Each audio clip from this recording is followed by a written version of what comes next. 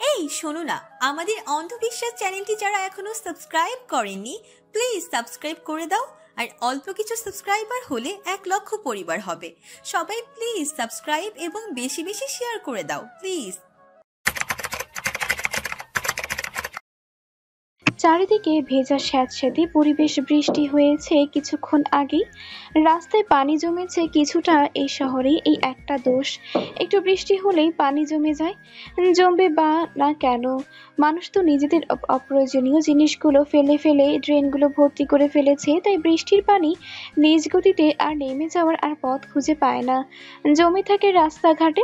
আর এই শহরের মানুষগুলো নিজেদের ভালো খুব বোঝে, যে বোঝে তা নয়, নিজেদের অপ্রয়োজনীয় জিনিসগুলো ফেলে ভর্তি করে রেখেছে প্রয়োজনীয় জিনিসটা।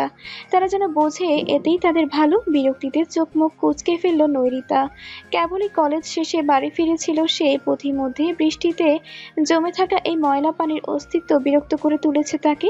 হাত উঠিয়ে সামনের বুকের একপাশে স্থান পাওয়া লম্বা মোটা বেনুনিটা ছিটা মেরে নিজের পেছন দিকটা সরিয়ে দিল সে।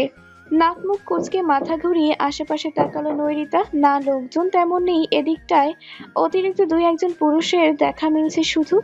বেশি আর ভাবল না সে, মুখশ্রীতে একরাশ বিরক্তি নিয়ে হলুদ রঙের সালোয়ারটা হাতে দিয়ে একটু উপরে তুললো। খুব সাবধানে পা বাড়ালো পানির দিকে, তবে এত সাবধানতা ঠিক রক্ষা করতে পারলো না তাকে। হুট করে কোথা থেকে একটা গাড়ি এসে রাস্তায় জমে থাকা কর্দমাক্ত পানিগুলো তার পুরো চাকায় পিষ্ট করে ছিটিয়ে দিল নৈরিতার শরীরে।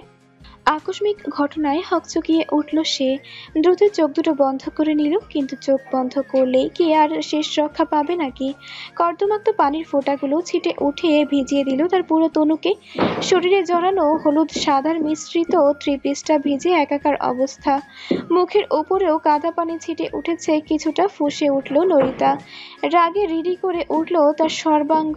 ধপ করে চোখ খুলল সে, তাকালো সামনের দিকে। ছাইরাভা একটা কার চোখে পড়লো তার। রাস্তার পানির জন্য গাড়ি গতি কম থাকায় গাড়িটা খুব বেশি দূর যেতে পারেনি এখনো।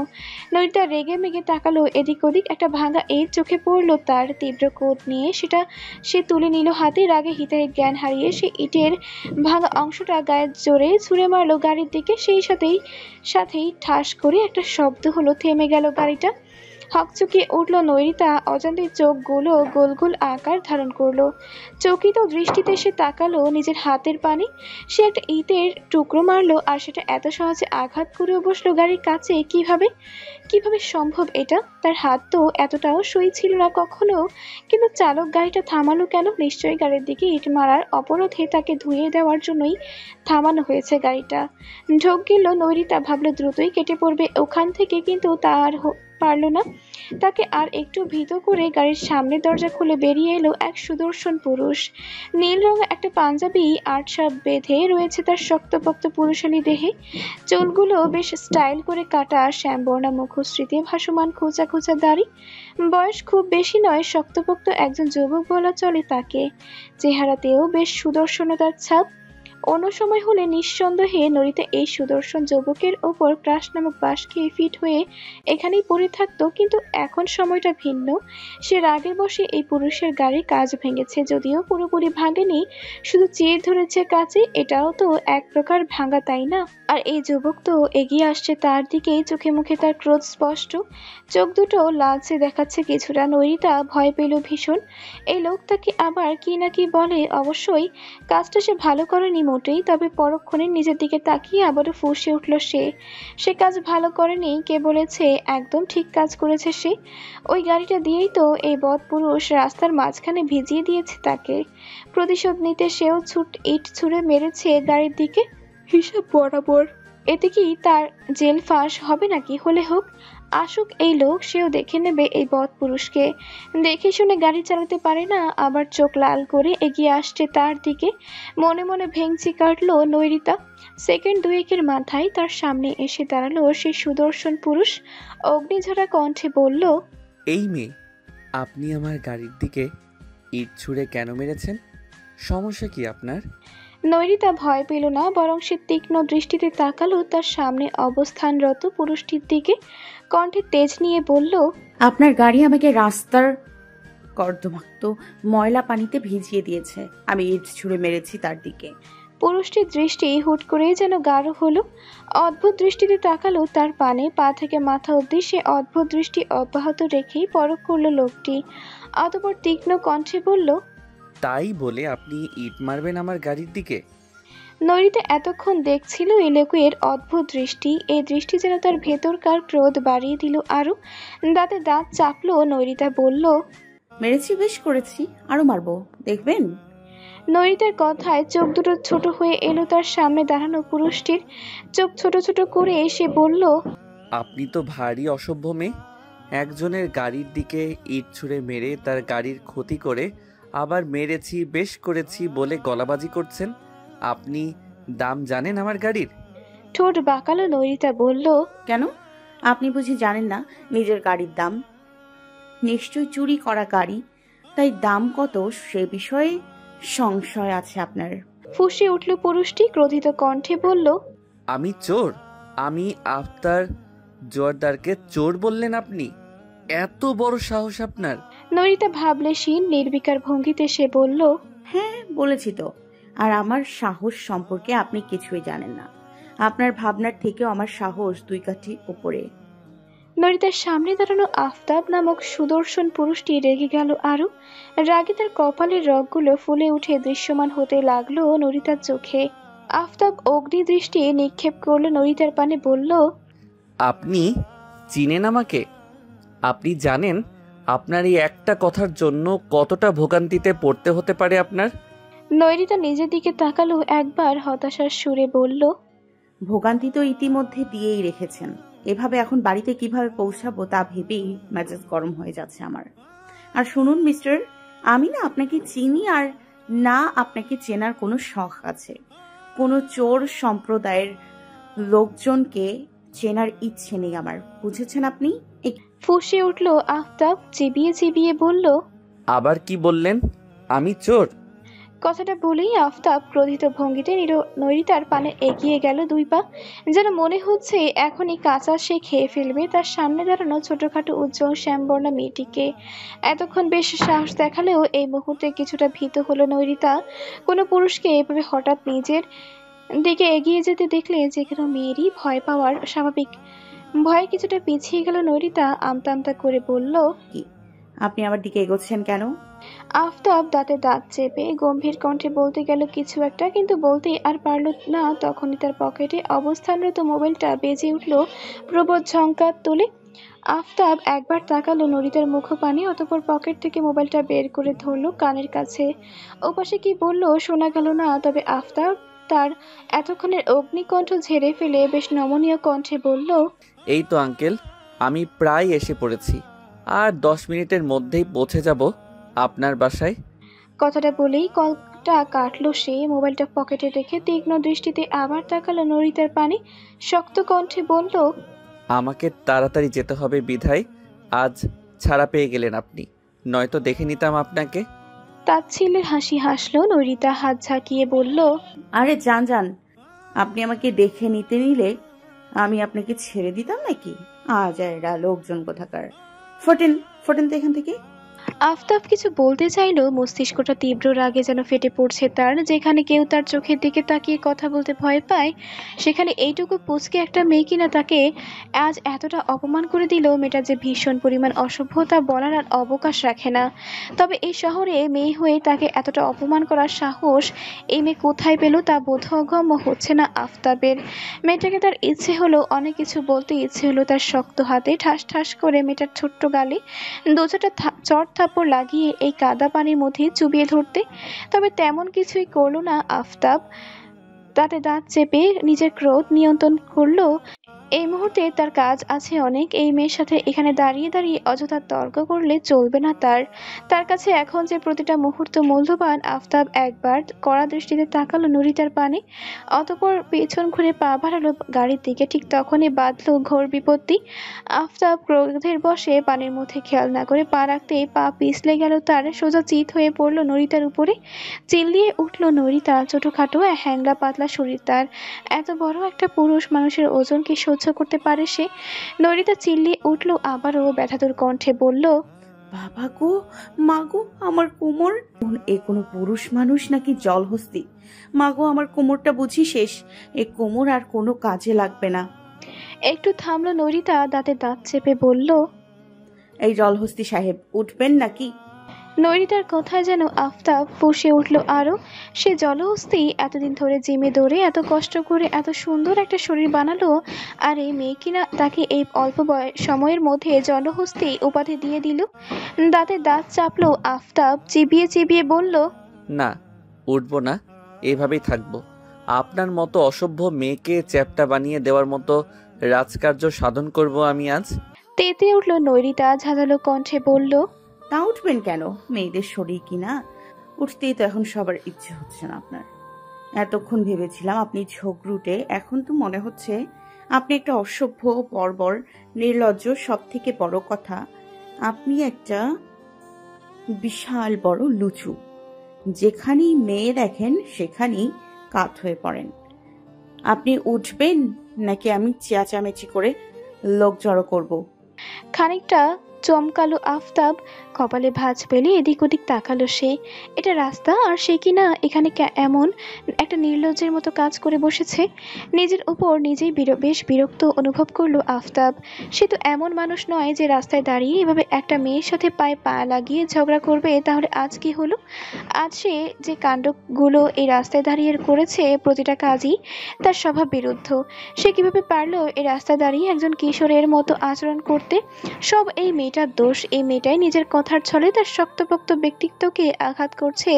তাই তো সেও ক্রোধে এতগুলো কথা বলেছে, ঝগড়া করেছে। নয়তো এটাও বাজে স্বভাবের নয় সে। এই মেয়েটার কথায় ভরকেছে সে, আজ তার স্বভাব বিরুদ্ধ কাজ করেছে। নয়তো এমন কর্মকাণ্ড কখনোই ও করতো না আফতাব।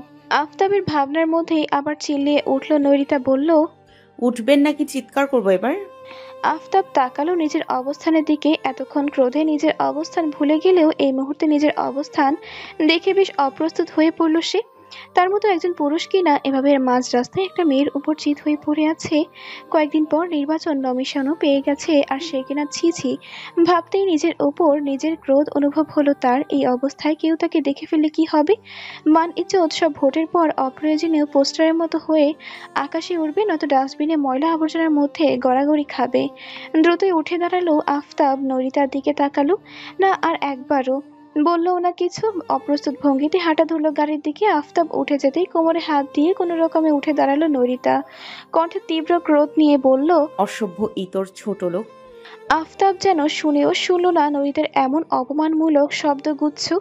নীরবে গাড়িতে বসে গাড়ি স্টার্ট করলো সে। মুহূর্তে ছাই রঙা গাড়িটা সাই সাই করে চলতে লাগলো পিচঢালা পরিপূর্ণ রাস্তায়। আফতাব চলে যাবার পর আর বেশি সময় ব্যয় করলো না নৈরিতাও। এভাবে কাদা পানিতে মাখামাখি অবস্থায় রাস্তার মাঝখানে দাঁড়িয়ে থাকা মোটেই শোভা পায় না তার। তার উপর সে একজন মেয়ে মানুষ। এই অবস্থায় পরিচিত কেউ দেখে ফেললে নির্ঘাত লজ্জায় পড়তে হবে তার। এখান থেকে কাছেই নৈরিতার বাড়ি, দূরে নয় বেশি। নিজের ভেতরের রাগকে নিজের ভেতরে দমন করে রেখে সে পা বাড়ালো বাড়ির দিকে। মিনিট পাঁচেক পরই নৈরিতা পৌঁছে গেল তার বাড়ির সামনে। 6 তলা বিশিষ্ট নীল রঙে তাদের বাড়িটি। এই বাড়ির 3 তলায় তাদের বসবাস, এছাড়া অন্য সব ফ্ল্যাটের বা রুমগুলো ভাড়া দেওয়া। নৈরিতার বাবার নিজস্ব ব্যবসা রয়েছে, আয় রোজগারও বেশ ভালো। বাড়ি ভাড়া আসে প্রতি মাসে, সব মিলিয়ে বেশ ভালোই আছে তারা। নৈরিতা দীর্ঘশ্বাস ফেলে নিজের দিকে একবার তাকিয়ে পা ফেললো বাড়ির ভেতরে। তখনই কিছু একটা দেখে যেন চমকে গেল সে। বাড়ির ভেতরে পা বাড়ানো পাটা আবার গুটিয়ে নিল নিজের দিকে। অতঃপর বাইরে বেরিয়ে তাকালো তার ডান দিকে। এটা তো সেই গাড়িটা যেটা দিয়ে একটু আগে ওই রাস্তার কাদা পানিতে ভিজিয়ে দেওয়া হয়েছিল তাকে। নৈরিতা ভালোভাবে তাকালো গাড়িটার পানে। হ্যাঁ, সেই গাড়িটাই। গাড়ির পেছনের দিকের কাছের তার হাতের ইটের আঘাত চির ধরা দাগগুলো স্পষ্ট দৃশ্যমান। কিন্তু এই গাড়িটা এখানে কি করছে? নৈরিতা আশেপাশে চোখ বুলালো। এখানে তো আর শুধু তাদের একার বাড়ি নয়, আশেপাশে আরো অনেক বাড়ি রয়েছে। তা হবে হয়তো কোনো এক বাড়িতে এসেছে এই অভদ্রলোক। নৈরিতা আবার তাকালো গাড়িটার দিকে। তার মস্তিষ্কে যেন দুষ্ট বুদ্ধিরা নৃত্য করে উঠল সানন্দে। সে তাকালো আশেপাশে বৃষ্টির দরুন রাস্তার পাশেই তার চোখে পড়ল কর্দমাক্ত ভেজা মাটি। নরিতা দৌড়ে গিয়ে সেখান থেকে তুলে আনলো কিছুটা মাটি, খুব সাবধানে তা লেপটে দিল গাড়ির সামনের গ্লাসে, অতঃপর দুই ওষ্ঠ ফাঁক করে হাসলো বিশ্বজয়ের হাসি। কিন্তু এখানে বেশিক্ষণ থাকা যাবে না তার, এখানে বেশিক্ষণ থাকা মানেই বিপদ আসন্ন তার। ওই অভদ্র পুরুষ মানুষ কখন আবার এসে পড়ে এখানে বলা যায় না, সাবধানের মার নেই একদম। তাই আর নরিতা দেরি করলো না বেশি, লম্বা লম্বা পা ফেলে দ্রুতই পা রাখলো তাদের বিল্ডিং এর ভেতরে। ধপাধপ পা ফেলে লম্বা সিঁড়ি অতিক্রম করে 3 তলায় নিজেদের ফ্ল্যাটের সামনে এসে দাঁড়ালো নরিতা। হাত বাড়িয়ে কলিং বেল টিপ দিবে তার আগেই চোখ পড়লো দরজার হালকা ফাঁকা, অর্থাৎ খোলা দরজাটা। ঘরের ভেতর থেকে বেশ হাসির ঝংকার শোনা যাচ্ছে। তবে কি কেউ এসেছে তাদের বাড়িতে, কোনো অতিথি? কই, তার মা সকালে তো তেমন কিছু বলল না। নতুন অতিথি দর্শনের প্রবল আগ্রহ নিয়েই ঘরের ভেতরে পা রাখলো নরিতা। সামনের সোফার দিকে তাকাতেই চমকে উঠল সে। তাদেরই বসার রুমের সোফায় বেশ আয়েশি ভঙ্গিতে বসে আছে রাস্তার সেই অভদ্র লোকটি, যে কিনা তাকে একটু আগেই ভিজিয়ে এই অবস্থা করেছে। এই লোক এখানে কেন? তার বাবার নীরব সাহেব আবার হেসে হেসে কথাও বলছে ওই বদলোকের সাথে। তার বাবা কি পূর্ব পরিচিত এই লোকের সাথে? বোধহয় কুঁচকে এলো নরিতা, দাঁড়িয়ে রইল ওখানেই, বোঝার চেষ্টা করলো ঠিক কি হচ্ছে তার সামনে। রজনী বেগম নরিতার মা কেবলই হালকা পাতলা কিছু নাস্তা এনে রাখলেন আফতাব এবং নীরব সাহেবের সামনে, হেসে বললেন, খাও বাবা, কতদিন পর এলে। বিশ্বাস করো, তুমি আসবে শুনে ভীষণ খুশি হয়েছি আমি। কথাটুকু বলে সোজা হয়ে দাঁড়াতেই তার চোখ পড়লো দরজার সামনে দাঁড়ানো পানি কাদায় মাখামাখি মেয়ের দিকে। অবাক হলেন তিনি, অবাক করা কণ্ঠে বললেন, এ কি তোর এই অবস্থা কেন? কাদা পানিতে একাকার অবস্থা, কোথাও পড়ে গিয়েছিলি নাকি? রজনী বেগমের কথা শুনে আফতাব আর নীরব সাহেব তাকালেন দরজার পানে। নরিতা তীক্ষ্ণ দৃষ্টিতে তাকিয়ে আছে আফতাবের পানে। আফতাব এক পলক নরিতার পানে তাকিয়ে দৃষ্টি নত করলো, তবে তার চোখে মুখে কোথাও বিস্ময় বা চকিত ভঙ্গি দৃষ্টিগোচর হলো না একটিও। সে যেন আগে থেকে জানতো নরিতাকে সে দেখতে পাবে এখানেই। মেয়েকে দেখে কিছুটা অবাক হলেন নীরব সাহেবও, খানিকটা অবাক সুরে বললেন, এ কি মা, তোর এই অবস্থা কেন? এভাবে ভিজেছিস কিভাবে? নরিতা তাকালো আফতাবের পানে, চিবিয়ে চিবিয়ে বলল, এক ভদ্রলোক তার গাড়ি দিয়ে ভিজিয়ে দিয়েছে আমাকে। মেয়ের কথা শুনে আফতাবের দিকে তাকালেন নীরব সাহেব। তার সামনে থাকা চায়ের কাপ হাতে নিতে নিতে বললেন, বুঝেছো বাবা, আজকাল গাড়ির ড্রাইভারগুলো হয়েছে যা তা। গাড়ি চালানোর সময় কোনো দিকে খেয়াল করে তাকায় না, গাড়িতে উঠলেই যেন নিজেদের ড্রাইভার রেখে পাইলট মনে করে। দেখেছো আমার মেয়ের অবস্থাটা? আর যদি ড্রাইভারটা একটু দেখে শুনে গাড়ি চালাতো, তবে আমার মেয়েটাকে রাস্তায় এমন একটা পরিস্থিতিতে পড়তে হতো না। নীরব সাহেবের কথায় কিছুটা অপ্রস্তুত হয়ে পড়ল আফতাব, কারণ তার মেয়েকে ভিজিয়ে দেওয়া গাড়ির ড্রাইভারটা তো সে নিজেই। নীরব সাহেব চায়ের কাপটায় চুমুক দিতে দিতেই নরিতার দিকে ইশারা করে বললেন, এদিক আয় মা। নরিতা অমান্য করল না বাবার কথার, ওই অবস্থাতে গিয়েই দাঁড়ালো বাবার পাশে। একগাল হাসলেন নীরব সাহেব, হেসে বললেন, রবিনের ছেলে আফতাব। কথাটা শুনেই নরিতার মস্তিষ্কে হানা দিল পুরনো কিছু বিদঘুটে স্মৃতি। ফট করে উঠে বলল, এই তোমার বন্ধুর সেই নাকুচু ছেলেটা না, যে আমাকে আজ থেকে 4 বছর আগে তার লোহার মতো হাত দিয়ে বেশ জোরে সোরে একটা থাপ্পড় মেরেছিল? মেয়ের কথায় অপ্রস্তুত হয়ে পড়লেন নীরব সাহেব, খুক খুক করে কেসে উঠলেন। মেয়ে যে এমন একটা কথা বলবে বুঝতেই পারেননি তিনি। নীরব সাহেব কিছু বলার আগেই নরিতাকে ধমকে উঠলেন রজনী বেগম, বললেন, এসব কেমন কথা নীরু? তুই কোনোদিন কি মানুষ হবি না নাকি? বাসায় অতিথি এলে তার সামনে কিভাবে কথা বলতে হয় তা কি ভুলে বসেছিস? মায়ের কথায় তেমন একটা পাত্তা দিল না নরিতা। মায়ের এসব ধমক তার কাছে দুধ ভাতের মতো, যা সে বাসায় থাকলে প্রতি মিনিটে মিনিটে শুনতে হয়। মায়ের ধমকে উপেক্ষা করে নরিতা খুঁটিয়ে খুঁটিয়ে দেখতে শুরু করলো আফতাবকে।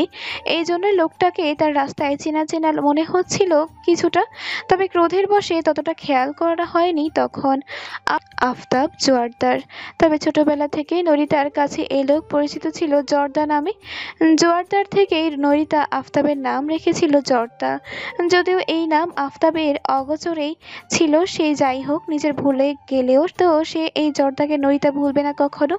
এই লোকটাকে সে কি ভুলবে কি করে? সে ভুলতে চাইলেও এই ভয়ঙ্কর পুরুষের শক্ত হাতের থাপ্পড় তাকে বারবার মনে করিয়ে দিবে এই আফতাব জর্দার নামক পুরুষকে। সে পৃথিবীর সব ভুলে গেলেও সেই থাপ্পড় তো ভুলবে না কোনোদিন, যে থাপ্পড়ের গুণে তাকে মাত্র 15 বছর বয়সে কিশোরী হওয়া অবস্থায় জ্বরে ভুগতে হয়েছিল 3 দিন। অবশ্য এই ঘটনার পর এই পুরুষ আর এই মুখ হয়নি 4 বছর। তাদের বাড়ির সবাই এ বাড়িতে এলেও সে কখনো আসেনি, তাই ছেলেটার থাপ্পড় মনে থাকলেও চেহারাটা ভুলে গিয়েছিল সামান্য। তাছাড়া এই লোক আগের থেকেও সুন্দর হয়েছে অনেকটা। আগের আফতাব আর এই আফতাবকে মিলালে বিস্তর পার্থক্য পরিলক্ষিত হবে। আগের আফতাবের চাপ দাড়ি থাকলেও এতটা ঘন কালো ছিল না, এখনকার মতো পেটানোর দেহখানাও ছিল না তখন। গায়ের রংটা বোধ হয় আগে থেকে এখনই উজ্জ্বল হয়ে অনেকটা। মোট কথা এখন এই লোক বেশ সুদর্শন পুরুষের তকমা লুটে নিয়েছে, যদিও আগে এই লোক সুদর্শন ছিল বটে। নরিতার ভাবনার মধ্যে শোনা গেল রজনী বেগমের কণ্ঠস্বর। সে আফতাবের পানে তাকিয়ে নরম কণ্ঠে বললেন, কিছু মনে করো না বাবা, মেয়েটা বড্ড ছেলে মানুষ, শুধু ঘায়ে হাত পায়ে বড় হয়েছে, মাথায় বুদ্ধি শুদ্ধি নেই মোটেই। সে আফতাবের পানে তাকিয়ে নরম কণ্ঠে বললেন, কিছু মনে করো না বাবা, মেয়েটা বড্ড ছেলে মানুষ, শুধু গায়ে হাত পেয়েই বড় হয়েছে, মাথায় বুদ্ধি শুদ্ধি কিচ্ছু নেই। আফতাব চোখ তুলে তাকালো নরিতার পানে, থমথমে কণ্ঠে বলল, আমি মোটেও শুধু শুধু সেদিন থাপ্পড় মারিনি তোমাকে। আর কেউ জানুক বা না জানুক, তুমি বেশ ভালোভাবেই জানো সেই থাপ্পড়ের পিছনে যথেষ্ট দোষ ছিল তোমার। আফতাবের কথায় ভ্রু কুঁচকালো নরিতা। থাপ্পড়ের কথা সে মনে রাখলেও থাপ্পড়ের পেছনে ঘটনা তো সে বেমালুম ভুলে বসেছিল। অবশ্য এখানে তার দোষ তো কি? এটা তো মনুষ্যত্ব জাতির স্বভাবজাত দোষ। মানুষ কখনো নিজের খারাপ কৃতকর্ম দোষ ত্রুটি বা অন্যায় মনে রাখে না, তারা বরং মনে রাখে অন্যের দোষ, অন্যের অন্যায় কিংবা দোষ ত্রুটি। অন্যের দোষ ত্রুটি মনে রেখে তাকে টেনে হিঁচড়ে নিচে নামানোর জন্য সদা তৎপর থাকে মনুষ্য জাতি। মস্তিষ্কের উপর চাপ প্রয়োগ করলো নরিতা। ভাবতে লাগলো সেদিন ঠিক কি ঘটেছিল, তার কি দোষ ছিল ওই থাপ্পড়ের পেছনে, কেন সে অত বড় বিশাল আকারের একটা থাপ্পড় খেয়েছিল আফতাবের লোহার মতো শক্ত হাতে।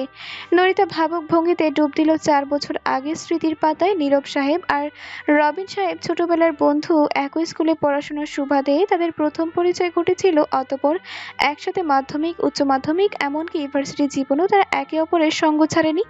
বরাবরই তাদের বন্ধুত্বটা জমজমাট ধরনের। দুই পরিবারের সম্পর্ক বেশ ভালো হওয়ায় আসা যাওয়া লেগে থাকতো প্রায়। নরিতা মাত্র 16 বছর বয়সী এক স্কুল পড়ুয়া কিশোরী, তখন 10ম শ্রেণীর ছাত্রী ছিল মেয়েটা। কয়েকদিন পরই ছিল তার এইচএসসি পরীক্ষা। সেদিন বৃহস্পতিবার হওয়ায় দরুন হাফ পিরিয়ডে ক্লাস ছুটি হয়েছিল তার। বিকেলেই আবার কোচিং ছিল, কিন্তু বিকেল হতে এখনো অনেকটা সময় বাকি। আবার কোচিং সেন্টার থেকে তার প্রিয় বান্ধবী মিতুর বাসাটাও বেশ দূরে অবস্থিত। সেই কথা ভেবে নিজের প্রাণপ্রিয় বান্ধবীকে সাথে করে বাড়ি নিয়ে এসেছিল সে। কে জানতো এই আফতাব এই মুহূর্তে তাদের বাড়িতে অবস্থান করবে। মৃত্যুকে নিয়ে হেলে দুলে বেশ উৎফুল্লতার সাথে বাড়িতে প্রবেশ করতেই বসার রুমে নরিতার চোখে পড়ল আফতাবকে। কিছুটা চমকে উঠল সে। ছোটবেলা থেকেই আফতাব বেশ একগুঁয়ে বদমেজাজি ধাঁচের গম্ভীর পুরুষ মানুষ, তবে চেহারায় তার বরাবরই সুদর্শনতার ছাপ ছিল। বাড়ির ছোট সদস্যরা তার স্বভাবের জন্য বেশ ভয় পেত তাকে। নরিতাও তাদের বাহিরে ছিল না। আফতাবের বদমেজাজি স্বভাবের জন্য বরাবরই তাকে এড়িয়ে চলার চেষ্টা করত ছোট্ট মেয়েটা। নরিতার সাথে কখনো খারাপ ব্যবহার না করা সত্ত্বেও সে ভয় পেত আফতাব নামক তখনকার 24 বছরের টকবগে যুবককে। কিন্তু এই ভয়ঙ্কর লোককে যে স্কুল থেকে এসেই এখানে দেখবেই ভাবতে পারেনি নরিতা। ঠিক তখনই নরিতার পেছনে দাঁড়ানো মৃদুর চোখে পড়েছিল আফতাব নামক পুরুষটিকে। সাথে সাথেই মেয়েটা ঘায়েল হয়ে পড়েছিল আফতাবের সুদর্শনতার মোহে।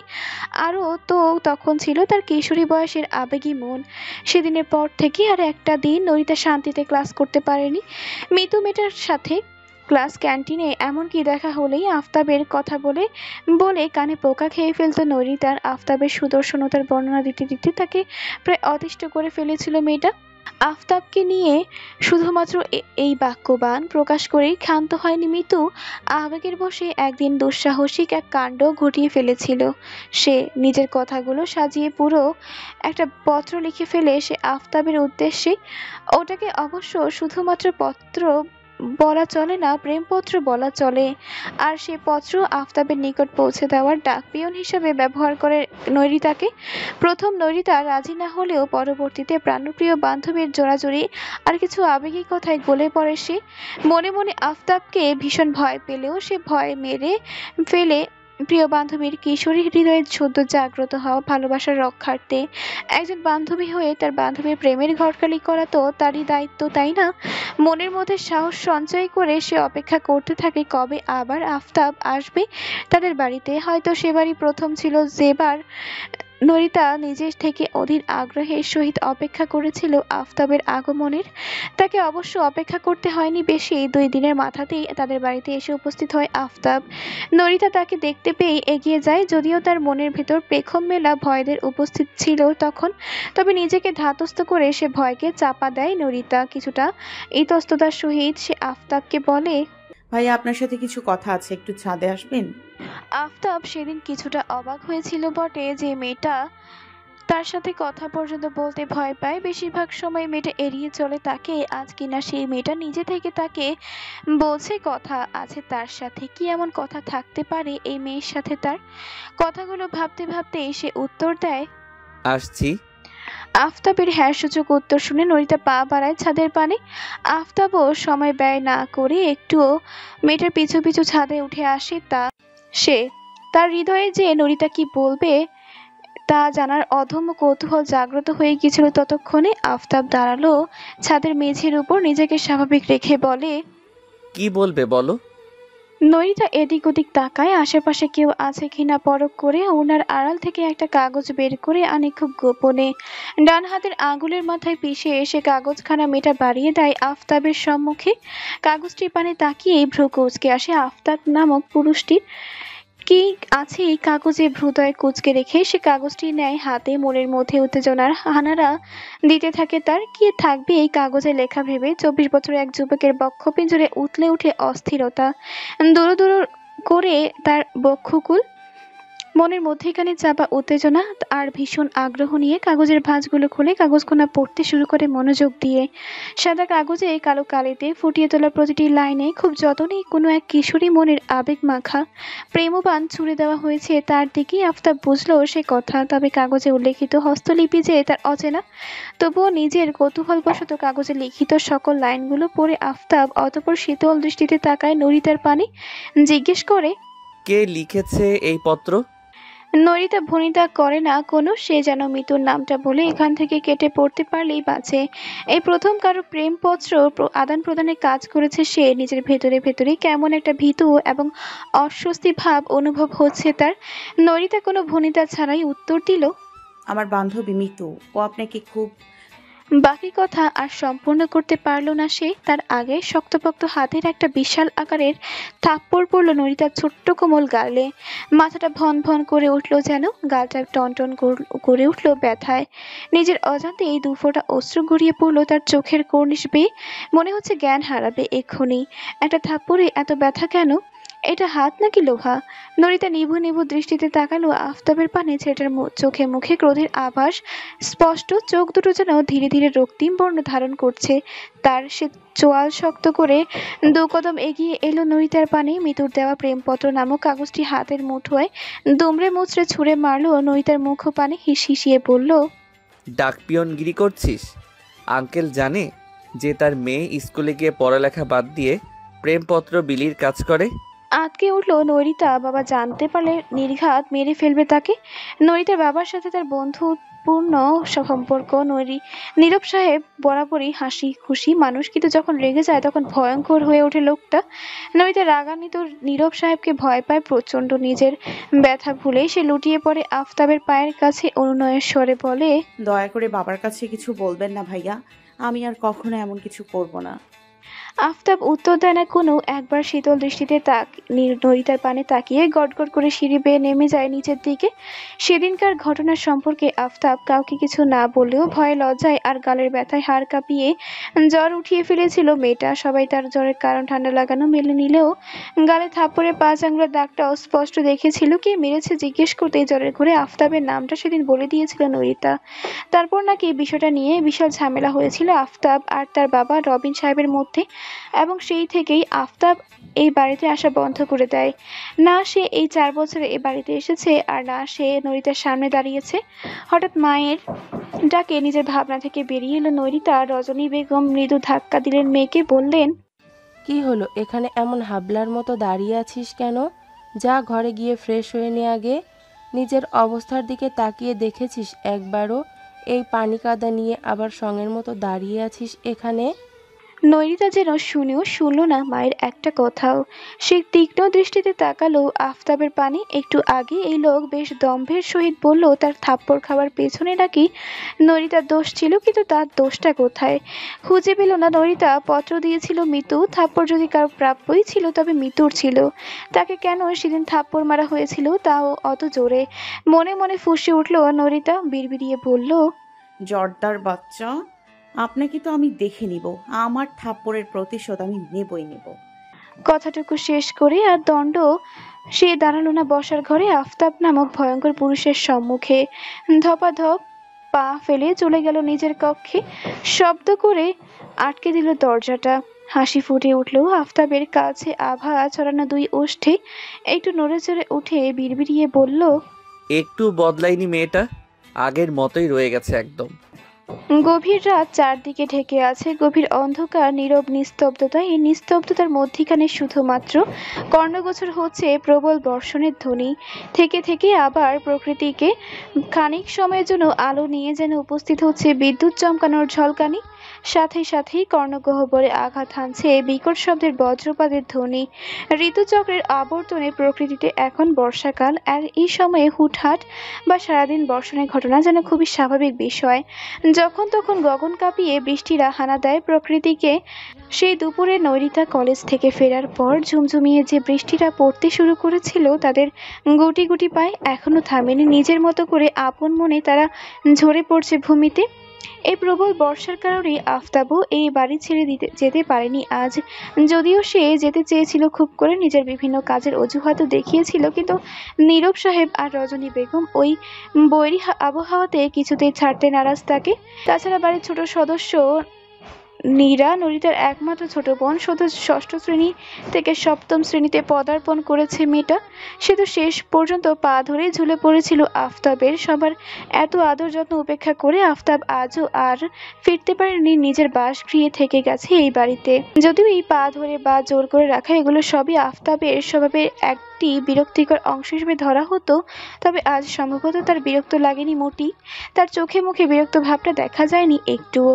সময়ের সাথে পাল্লা দিয়ে বাড়ছে রাতের গভীরতা, চারদিকে বৃষ্টির দরুন ছড়িয়ে আছে শীতলতা। কেমন একটা ঘুম ঘুম পরিবেশের আয়োজন যেন প্রকৃতিতে। তবে গভীর এই বর্ষণময় রাতেও আফতাব শটান হয়ে শুয়ে আছে তার জন্য বরাদ্দকৃত রুমের বিছানায়। দৃষ্টি তার ছাদের পানে, যেন ছাদের রড সিমেন্টের গণনায় নিয়োজিত করা হয়েছে তার চক্ষু দুটোকে।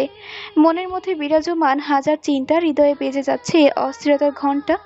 এই বৃষ্টিময় শীতলতম রাতেও যে দু চোখ ভরে ঘুম আসছে না তার, এ কেমন নিদারুণ যন্ত্রণা।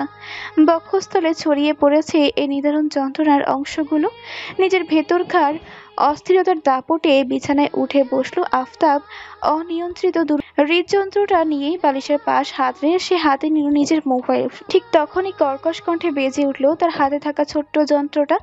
কপাল কুঁচকে এলো আফতাবের, এত রাতে আবার কি কল করেছে তাকে। তাও যখন সে মোবাইলটা ধরলো ঠিক তখনই আফতাব তাকালো মোবাইলের স্ক্রিনে ভেসে উঠল 3 অক্ষরের সাইফ নামটা। সাইফ ছেলেটাকে আফতাবের ডান হাত আর বাম হাত বলা চলে। অনেক বছর ধরে সে আফতাবের সাথে আর সহায়ক হয়ে ছেলেটাকে ভীষণ ভরসা করে আফতাব, কিন্তু সাইফ কেন এত রাতে কল করলো তাকে? আজ তো বৃষ্টির দরুন সে পৌঁছাতে পারেনি পার্টি অফিসে। দলের ছেলেদের সাথে আজও সাক্ষাৎ হয়নি। তবে কি ওদিকে আবার কোনো ঝামেলা টামেলা হলো নাকি? হতেই পারে, সামনে নির্বাচন, এখন ঝামেলা হওয়াটা স্বাভাবিক ব্যাপার খুব। আফতাব আর ভাবলো না তেমন কিছু। দ্রুত সে রিসিভ করলো কলটা, মোবাইলটা কানের কাছে ধরে বরাবরের মতোই গম্ভীর কণ্ঠে বলল, কি রে, এত রাতে কল দিয়েছিস যে? ওদিকে হয়েছে কিছু কি? সাইফ জিভ দিয়ে নিজের ঠোঁট ভেজালো। এত বছর ধরে আফতাবের সাথে থাকলেও তাকে ভয় পাওয়াটা একটু কমেনি ছেলেটার। বরাবরই ছেলেটা ভয় পায় আফতাবের এই গম্ভীর কণ্ঠস্বরকে। আর ভয় পাওয়ারও কথা। আফতাবের মারপিটের স্বভাবের সাথে সে পরিচিত বেশ ভালোভাবেই। আফতাবের এই রূপ যারাই দেখবে তার অনায়াসে ভয় করবে তাকে। এত রাতে যদিও আফতাবকে কল করার কোনো ইচ্ছে ছিল না সাইফের, এত রাতে কল দিয়ে লোকটা নিদ্রায় ব্যাঘাত ঘটালে যদি পাচ্ছে ছেলেটা রেগে যায় সে, তাই বেশ ভয় পাচ্ছিল ছেলেটা আফতাবকে কল করতে। কিন্তু কথা তো যে বলতে হবে তার সাথে, নয়তো ঝামেলা হয়ে যাবে খুব এত রাতেই। তাই কল না দিয়ে তো উপায় ছিল না। কোনো জোরে শ্বাস টেনে নিজের বুকে গোটা দুয়েক ফু দিয়ে সাইফ ধাতস্থ হয়ে বলল, ভাই আজকে আসলেন না যে, সব ঠিক আছে তো? সাইফের কথায় আফতাব যেন তাকে শুরু করলো কিছু একটা। হুট করেই আনমনে হয়ে পড়ল সে, আনমনে ভঙ্গিতে বলল, কিচ্ছু ঠিক নেই আমার সাইফ। মেয়েটা আমাকে শান্তিতে থাকতে দিচ্ছে না একটুও, বড্ড জ্বালাচ্ছে ইদানিং।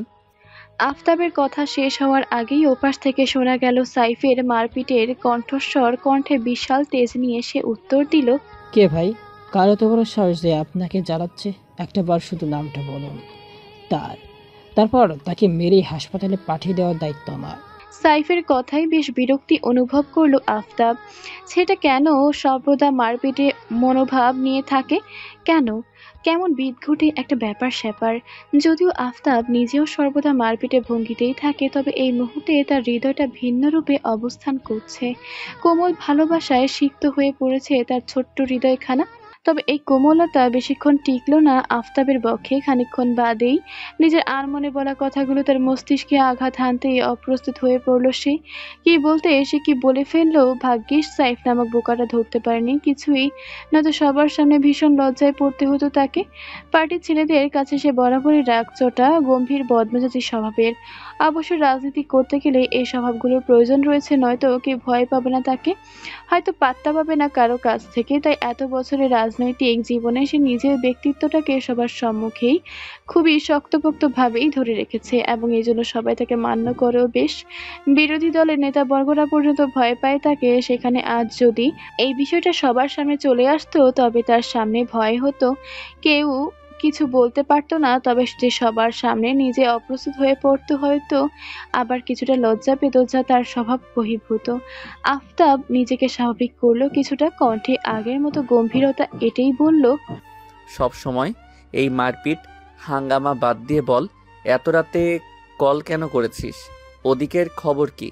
সাইফ দমে গেল কিছুটা। নিজের মারপিটে কঠোর অভিব্যক্তি বিসর্জন দিয়ে সে আবারও আগের ভীত স্বভাবে ফিরে গেল মুহূর্তেই। ঢোক গিলে বলল, ভাই কালকে তো সমাবেশ, যতদূর এখন পর্যন্ত খবর পেলাম তাতে কাল ওই মানিক শালার বড় সড়ো কোনো ঝামেলা পাকাতোড় তালে আছে। এদিকে কালকের সমাবেশটা আমাদের জন্য গুরুত্বপূর্ণ ভীষণ। ভোটের আগে আমাদের সপেক্ষা বেশি মানুষ হবে কালকের সমাবেশে। আর কাল সেই এত সমাবেশের যদি কোনোভাবে আপনার ইজ্জত নষ্ট হয় তবে ঝামেলা হয়ে যাবে খুব। আফতাব শুনল সাইফের কথা। তার কথা শেষ করে দম ফেলতেই থমথমে কণ্ঠে আফতাব বলল, কতদিন তোকে বারণ করেছি সাইফ, আমার সামনে এই শালামালা বলবি না একদম। ভাষা সংযত কর নিজের, নয়তো দাঁত কিন্তু তোর একটাও রাখবো না আমি। আর মানিক মিয়ার বোনকে তুই বিয়ে করিসনি নাকি, যেভাবে দম্ভের সাথে শালা বলিস তাকে? দাঁত দিয়ে জিহ্বা কাটলো সাইফ। বলল, সিসি ভাই কি বলেন? এই মানিক মিয়ার ওই কুমড়োর মতো বোনকে আমি বিয়ে করতে যাব কোন দুঃখে? সারা জীবন অবিবাহিত থাকলেও ওই কুমড়োকে বিয়ে করব না আমি। ভ্রু কুচকালো আফতাব। বলল, তবে মানিক মিয়াকে সারা দিন শালা শালা বলে মুখে ফেনা তুলিস কেন? আর একবার মানিক মিয়াকে শালা বললে আমি নিশ্চিত তোকে ওনার ওই কুমড়ো বোনের সাথেই জোর করে বিয়ে দিয়ে দেব। আফতাবের কথায় যেন আটকে উঠল সাইফ। ভয়ার্ত কণ্ঠে বলল, দুঃখিত ভাই, আর জীবনেও বলবো না। মুখে এই কথা বললেও মনে মনে সে ভেঙচি কাটলো আফতাবের উদ্দেশ্যে। কারণ সে জানে আফতাবের ভাষা আরো ভয়ানক। মাথা গরম হলেই সে যে ধরনের সুশীল ভাষা ছাড়ে তাতে লজ্জারা মাথা ছাড়া দিয়ে উঠতে বাধ্য। আফতাবের সুশীল ভাষার সম্মুখে তার এই শালা শব্দটা নিতান্তই চুনোপুটি। সেই আফতাবই কিনা সর্বদা ভাষা সংযত করতে বলে অন্যদের। ইহা হাস্যকর, ভীষণ হাস্যকর। মনে মনে এতগুলো কথা ভাবলেও এর একটা কথাও মুখে বলার সাহস নেই সাইফের। সে শুধু মনে মনে বিরোধিতা করতে পারে আফতাবের কথার। সম্মুখে সে সাহস তার কোনো কালেই ছিল না, আর নেইও। আফতাবকে কিছু বলতে না দেখে আবারও ঢোক গিলল সাইফ। বলল, কি হলো ভাই, বলছেন না যে কিছু? আমরা কি করব এখন? মোবাইলটা কানের কাছে নিয়েই বিছানা ছেড়ে উঠে দাঁড়ালো আফতাব। কপালে ভাঁজ ফেলে বলল, দাঁড়া, ভাবছি। পুরো রুমে পায়চারি করতে করতে বেশ কিছুক্ষণ ভাবলো আফতাব। তারপর বলল, কাল 10টার দিকে সমাবেশ শুরু, তাই তো? জি ভাই, মানে আফতাব সময় নিল, কিছুটা দম ফেলে বলল, সমাবেশ শুরু হওয়ার ঠিক কিছুক্ষণ আগে মানিক মিয়ার বাড়ির সামনে আমাদের বেশ কিছু ছেলে পাঠিয়ে দিবি, যারা নতুন দলে যুক্ত হয়েছে। তাদের এখনো দেখেনি অন্য দলের কর্মীরা কেউ। মানিক মিয়ার বাড়ির সামনে ইচ্ছে করে নিজেদের মধ্যে বিশাল ঝামেলা বাঁধাতে বলবি তাদের। এমন ঝামেলা বাঁধাতে বলবি যাতে মানিক মিয়া নিজে ওই ঝামেলা বন্ধ করতে বাড়ি থেকে বেরিয়ে আসতে বাধ্য হয়। আর মানিক মিয়া একবার বেরিয়ে এলেই ঝামেলার মোড় ঘুরিয়ে তার দিকে নিয়ে যেতে বলবি। তবে সাবধান, তার গায়ে যেন হাত লাগে না কারো। ঝামেলা যা লাগবে সব মুখে মুখে, তর্কে বিতর্কে। আর মারামারি বাঁধালেও আমার দলের ভিতরকার গুলোর মধ্যে বাঁধাতে বলবি। সাইফ শুনল সব, তবে আফতাবের কোনো কথাই সঠিকভাবে বোধগম্য হয়নি তার। না বুঝে মাথা চুলকালো সাইফ। বোকার মতো প্রশ্ন করলো, এক মেয়ার বাড়ির সামনে আমাদের ঝামেলা বাঁধিয়ে লাভ কি ভাই? আফতাব বিরক্ত হলো সাইফের প্রশ্নে। বুঝিয়ে না বললে এই ছেলে বোঝে না কিছু, একে নিয়ে কোথায় যাবে সে? আফতাব বিরক্তি ভরা কণ্ঠেই জবাব দিল, আরে ছাগল, দলের মাথায় যদি ঝামেলায় জর্জরিত হয়ে পড়ে তখন তার দলের ছেলেরা আর এদিকে ঝামেলা করার সুযোগ পাবে না। উল্টো দলের ছেলেরা ছুটে যাবে তাদের দলনেতাকে বাঁচাতে তার বাড়ির সামনে। সাইফ বুঝলো আফতাবের কথাগুলো। লাফিয়ে উঠল সে, খুশিতে গদগদ হয়ে বলল, বাহ ভাই, কি বুদ্ধি আপনার মাথায়! এই জন্যই তো আপনি আমাদের বস আর আমরা আপনার শিষ্য। আফতাব তেমন পাত্তা দিল না সাইফের কথায়। থমথমে কণ্ঠে বলল, হয়েছে, এত না লাফিয়ে যা বলেছি সে অনুযায়ী কাজ কর। কালকের সমাবেশে আমি কোনো ঝামেলা চাই না। এবারের বিজয়টা আমি আমার ঝুলিতেই চাই, তাতে যাই হয়ে যাক না কেন। কথাটা বলেই কলটা কাটলো আফতাব। মোবাইলটা মুখের সামনে ধরে দেখলো বর্তমান সময়টা। ঘড়ি কাটা স্পষ্ট জানান দিচ্ছে রাত 2টা বেজে গেছে 15 মিনিট। অতঃপর ধীর পায়ে সে এগিয়ে গেল জানালার কাছে। বাইরে প্রবল বর্ষণের দিকে তাকিয়ে বিড়বিড়িয়ে বলল, অবশেষে আমি এসে গেছি তোমার নিকটে। এবার যে তোমায় আবদ্ধ হতেই হবে এই আমাতে। ভোরের আলো ফুটেছে পূর্ব দিগন্তে। সূর্যটা উজ্জ্বল রূপে উঁকি দিয়েছে কিয়ৎক্ষণ পূর্বে। গতকাল রাতের প্রবল বর্ষণের পর আজ যেন সূর্যটা তার উজ্জ্বলতা বাড়িয়েছে আরো। স্যাঁতসেঁতে ভেজা পরিবেশে প্রকৃতি সেজে উঠেছে গাঢ় সবুজ রঙের আবরণে। যেন সতেজ হয়ে উঠেছে চারিপাশ। জানালার মৃদু ফাঁকা দিয়ে সূর্যের তীব্র রশ্মি অন্ধকার বদ্ধ কক্ষে প্রবেশ করতে বিছানায় ঘুমন্ত অবস্থাতে নাক মুখ কুঁচকে ফেলল নৈরিতা। রশ্মিটা সোজা তার উজ্জ্বল শ্যামবর্ণা তেল চিচিটে মুখশ্রীতে আঘাত এনেছে। কিঞ্চিত সময় নিয়ে পিটপিট করে দু চোখের ভাঁজ খুলল নৈরিতা। হঠাৎ তীব্র সূর্যের রশ্মি দুই চোখের ভেতর ভাগে হানা দিতেই দ্রুত আবার চোখ বন্ধ করে ফেললো মেয়েটা। এই অবস্থাতেই গড়াগড়ি খেতে শুরু করলো বিছানার এই মাথা থেকে ও মাথা পর্যন্ত। হঠাৎ হাতের মুঠোয় সে অনুভব করলো কিছু একটা, এক টুকরো কাগজ সম্ভবত। চোখ খুলল নৈরিতা। হাতের মুঠো দিকে তাকাতেই প্রমাণ পেল তার ধারণার সঠিকতার। সত্যিই তার হাতের ভাঁজে এক টুকরো কাগজ। কিন্তু এই কাগজ তার হাতের মুঠোয় এলো কিভাবে? রাতের ঘুমানোর সময় নিজের মুঠোয় কোনো কাগজ বন্দি করেছিল বলে মনে পড়ছে না তো। তাহলে ভ্রু কুঁচকে এলো নৈরিতার। বিছানার উঠে বসলো সে। হাতের মুঠো বন্দি গুছিমুছি করা ছোট্ট কাগজটার ভাঁজ খুললো। সেখানে দৃশ্যমান হলো গুটি গুটি অক্ষরে কিছু লেখা। ওহো, এটা তাহলে শুধু কাগজ নয়, তার জন্য প্রেরিত কোনো চিরকুট। নৈরিতা মনোযোগ দিয়ে পড়তে শুরু করলো চিরকুটের ভাঁজে লেখাগুলো। সেখানে লেখা ছিল, তোমাকে স্বাধীনতা দিয়েছিলাম আমি, তবে এতটাও স্বাধীনতা দেইনি যেখানে তুমি আমি ছাড়া অন্য পুরুষের দিকে দৃষ্টি দিতে পারো। নিজের দৃষ্টি সংযত রাখো সুন্দরী, নয়তো তোমার ওই সুন্দর দৃষ্টি উপড়ে ফেলতেও হাত কাঁপবে না আমার। তৈরি হও, নিজেকে প্রস্তুত করো আমার জন্য। আমি এসে গেছি তোমাকে শুধুমাত্র আমাতেই আবদ্ধ করার জন্য। নৈরিতা চমকে উঠল, হাতে চিরকুট পরে গোল গোল হলো তার অক্ষি কোটর। এ তো রীতিমতো তাকে হুমকিমূলক চিরকুট, তার উপর আবার লিখেছে সে নাকি নৈরিতাকে স্বাধীনতা দিয়েছে, আবার নাকি তার সাথে আবদ্ধ করার জন্য এসে গেছে, তাকেও তৈরি হতে বলেছে তার জন্য। এ কেমন উদ্ভট ধাঁচে চিরকুট!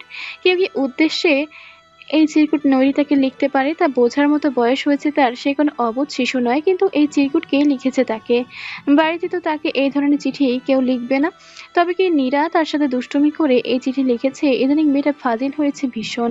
নৈরিতা বেশ খুঁটিয়ে খুঁটিয়ে পর্যবেক্ষণ করলো চিরকুটের লেখাগুলো। সেখানে লেখার প্রতিটা অক্ষর সুন্দর। যেই লিখুক না কেন এই চিরকুট তার হস্তলেখা যে নিদারুণ সুন্দর তা বলার আর অপেক্ষা রাখে না। এত সুন্দর হাতের লেখা কখনোই নীরার নয়, সে খুব ভালোভাবেই চিনে নীরার হস্তলিখন। নীরার হাতের লেখা দেখলে যে কেউ এক বাক্যে নিজের অভিব্যক্তি প্রকাশ করে বলবে নিঃসন্দেহে তেলাপোকার পায়ে কালি লাগিয়ে খাতার উপরে ছেড়ে দেওয়া হয়েছে, আর কালিতে আবৃত তেলাপোকার পদাঘাতে বেচারা খাতার এই করুণ দশা হয়েছে। তাহলে সকাল সকালে চিঠি লিখে নৈরিতার সাথে মজাটা কে করলো? ঘাড় ঘুরিয়ে তাকালো সে দরজার পানে, দরজাটাও ভেতর থেকে আটকানো। তাহলে অন্য কেউ কিভাবে তার রুমে আসবে? আর বাইরে থেকে কেউ গতকাল রাতেরা প্রবলা বৃষ্টিকে উপেক্ষা করে রাতে ৩ তলার উপরে উঠে এসে চিরকুট দেওয়ার মতো দুঃসাহস কখনোই করবে না। তবে কি করলো এমন কাজ? নৈরিতা থম মেরে বিছানায় বসে রইল কিয়ৎক্ষণ। তার মস্তিষ্কে হঠাৎ কাউকে সন্দেহের তালিকায় ফেলতে পারছে না এই মুহূর্তে। এদিকে ঘড়ির কাঁটা টিকটিক করে জানান দিচ্ছে সময় পেরিয়ে যাচ্ছে। এরপর আর সময় ব্যয় করলে তার কলেজে দেরি হয়ে যাবে। তাই আর এসব চিন্তায় সময় নষ্ট করতে চাইলেও না নৈরিতা। এসব নিয়ে পরেও ভাবা যাবে। বিছানায় পাশে রাখা টেবিলটার ড্রয়ার খুললো সে, সেখানে হাত ঢুকিয়ে রাখলো টুকরো কাগজটা, অতঃপর পা বাড়ালো ওয়াশরুমের দিকে। চারদিকে সূর্য আর তেজদীপ্ত আলো ছড়িয়ে দিয়েছে। প্রকৃতিও হেসে খেলে উঠেছে বেশ। তবে এই প্রাকৃতির হাস্যোজ্জ্বল রূপটা কতক্ষণ যে টিকে থাকে তা বলা মুশকিল। এই বর্ষাকালে মেঘেদের বিশ্বাস নেই মোটেই। হুট করেই তারা এসে প্রকৃতিকে বিষণ্ণ করে তুলবে। ঝুমঝুমিয়ে অশ্রুকণার মতো গড়িয়ে পড়বে আকাশের বুক চিরে। তবে ভোর থেকে এখন পর্যন্ত বেশ ভালো আছে প্রকৃতি। আকাশটা পরিষ্কার বেশ। নৈরিতা বসে আছে কলেজ ক্যাম্পাসে। তার পাশেই কিছু জায়গা দখল করে বসে আছে তার 2 বান্ধবী মিতু আর নাদিয়া। অনর্গল চলছে তাদের কণ্ঠধ্বনি। এমনই সর্বদা নৈরিতা তাদের বাকবিতণ্ডতা যোগ দেয়, কিন্তু আজ সে চুপচাপ। মস্তিষ্ক জুড়ে বিচরণ করছে সকালের সেই অদ্ভুত চিরকুট। হৃদয়ে হানা দিয়েছে অস্থিরতা। না ভাবতে চাইলেও বারংবার তার মস্তিষ্ক তাকে ভাবতে বাধ্য করছে। বারবার তার ছটফটের হৃদয় মস্তিষ্ক তার প্রশ্ন ছুড়ে দিচ্ছে, কে দিয়েছে তোকে ওই চিরকুট? নৈরিতার ভাবুক মস্তিষ্ক কোনো উত্তর খুঁজে পায় না ওই প্রশ্নের। আর কত রাতে বদ্ধ রুমে তার হাতে ওই চিরকুট গুঁজে দেওয়াটা সম্ভব নয়। আচ্ছা, এখানে কোনো ভূতটুতের আবার কারসাজি নেই তো? না না, এসব কি ভাবছে নৈরিতা? এই বিংশ শতাব্দীতে এসেও তার মতো এক আধুনিক নারী যদি ভূত পেতে কথা বহন করে নিজ মস্তিষ্কে, তবে তা হাস্যকর ছাড়া আর কিছুই নয়। আচ্ছা, সে কি বিষয়টা নিয়ে একটু বেশি ভাবছে না? নিজেদের অনর্গল বাকবিতণ্ডতার মধ্যে মিতু আর নাদিয়া খেয়াল করলো নৈরিতা আজ কিছুই বলছে না। সে চুপচাপ ভাবছে কিছু একটা নিয়ে। মিতু হাতের কোণয় দিয়ে ধাক্কা দিল নৈরিতাকে, বলল, কি রে, অমন হাড়ির মতো মুখ করে কি ভাবছিস এত? মিতুর ধাক্কায় ধ্যান ভাঙলো নৈরিতার। ফোঁস করে একটা নিঃশ্বাস ছেড়ে বলল, তেমন কিছুই না। ভ্রু কুচকালো নাদিয়া, বলল, কিছু তো একটা ভাবছিস, দ্রুত বলে ফেলতো, ঘটনা কি? নৈরিতা তাকালো নাদিয়ার পানে, বলল, আরে তেমন কিছুই না, তোরা তোদের কথা বল, শুনছি আমি। মিতু এবং নাদিয়া আর বেশি ঘাটালো না নৈরিতাকে। তারা নিজেদের মধ্যকার কথোপকথন শুরু করলো আবারও। কথা বলতে বলতে এক পর্যায়ে হুট করেই নাদিয়া বলল, এই শোন, আমাদের কলেজের পাশের বড় মাঠটাতে না বিশাল এক সমাবেশের আয়োজন করা হয়েছে। কলেজের সব ছেলেমেয়েরা নাকি ওখানে গেছে, চল না আমরাও যাই। মিতু সায় জানালো নাদিয়ার কথায়, বলল, হ্যাঁ, আমিও শুনেছি, চল না যাই। আমি না কখনোই সমাবেশ দেখিনি তেমন। মিতু এবং নাদিয়া সমাবেশে যাওয়ার জন্য বেশ উৎসুক হলেও এ বিষয়ে মোটেও কোনো উৎসাহ খুঁজে পেল না নৈরিতা। বরং এই রাজনৈতিক কোনো দলে সমাবেশের কথা শুনে চরম বিরক্ত হয়েছে সে। রাজনীতি বিষয়টা বরাবরই তার অপছন্দের তালিকায় অবস্থান করছে। কোনোদিনই সে ওদিকে ফিরে তাকায়নি। প্রধানমন্ত্রী, রাষ্ট্রপতি আর তার জন্য বিশেষ বাসমন্ত্রী অর্থাৎ শিক্ষামন্ত্রী ব্যতীত আর কোনো রাজনৈতিক ব্যক্তিবর্গকে সে চিনে কিনা সন্দেহ আছে। তাই তো আফতাবকেও সহজে চিনতে পারেনি সে। টিভিতেও কখনো রাজনৈতিক কোনো সংবাদ দেখে না সে। ওই ধরনের কোনো সংবাদ চোখের সামনে পড়লেও দ্রুত চ্যানেল ঘুরিয়ে ফেলে। রাজনীতিটা তার কাছে চরম বিরক্তির। নরিতা বরাবরই মনে করে রাজনীতি কোনো ভালো মানুষ করে না। রাজনীতিতে জড়িত সকল ব্যক্তিবর্গই কোনো না কোনো দিক থেকে দুর্নীতির সাথে জড়িত। রাজনীতির বিষয়ে সে বরাবরই মনের কোণে পুষে রেখেছে নেতিবাচক ধারণা। তাই বান্ধবীদের আজ সমাবেশে যাওয়ার কথা শুনে বিরক্ত হচ্ছে ভীষণভাবে। বিরক্তিতে নাক মুখ খিচে নরিতা বলল, পাগল হয়েছিস? শেষ পর্যন্ত তোরাও যাবি সমাবেশ রাজনৈতিক দলে পা চাটতে? নরিতার কথায় যেন অবাক হলো মিতু। অবাক কণ্ঠে বলল, যা বাবা, পা চাটতে যাব কেন? শুধুমাত্র ওখানে যাব, চারপাশটা দেখব আর চলে আসব, ব্যাস এটুকুই। নাদিয়াও সুর মিলালো মিতুর কথার সঙ্গে, বলল, ঠিক তাই। তাছাড়া শুনছি আজ যাকে নিয়ে সমাবেশ সে নাকি এক তরুণ রাজনীতিবিদ, তার উপর আবার সুদর্শন বেশ। মেয়েরা তো নাকি পাগল হয়ে যাচ্ছে তার জন্য। তপ্ত নিঃশ্বাস ফেলল নরিতা। এদের বুঝিয়ে কোনো লাভ নেই। যাক, এরা সমাবেশে যেতে যখন চেয়েছে, কিন্তু সে এখন বাড়ি যাবে। সোজা বসা থেকে উঠে দাঁড়ালো নরিতা, বলল, ঠিক আছে, তোরা তাহলে সমাবেশ যা, আমি আসছি। কথাটুকু শেষ করে নরিতা পা বাড়ালো সামনের দিকে। তখনই তার পথ আগলে দাঁড়ালো মিতু এবং নাদিয়া। বেশ রুষ্ট কণ্ঠে মিতু বলল, তুই কোথায় যাচ্ছিস? ভ্রু কোঁচকালো নরিতা, বলল, কেন? বাসায় যাচ্ছি। মিতু তার এক হাত বাড়িয়ে ধরল নরিতার ডান হাতখানা, বলল, না, তুইও আমাদের সাথে যাবি সমাবেশে। নরিতা তীক্ষ্ণ দৃষ্টিতে তাকালো মিতুর পানে, বলল, এ কেমন কথা? তোদের সমাবেশ যেতে ইচ্ছে হয়েছে যা, আমাকে কেন টানছিস?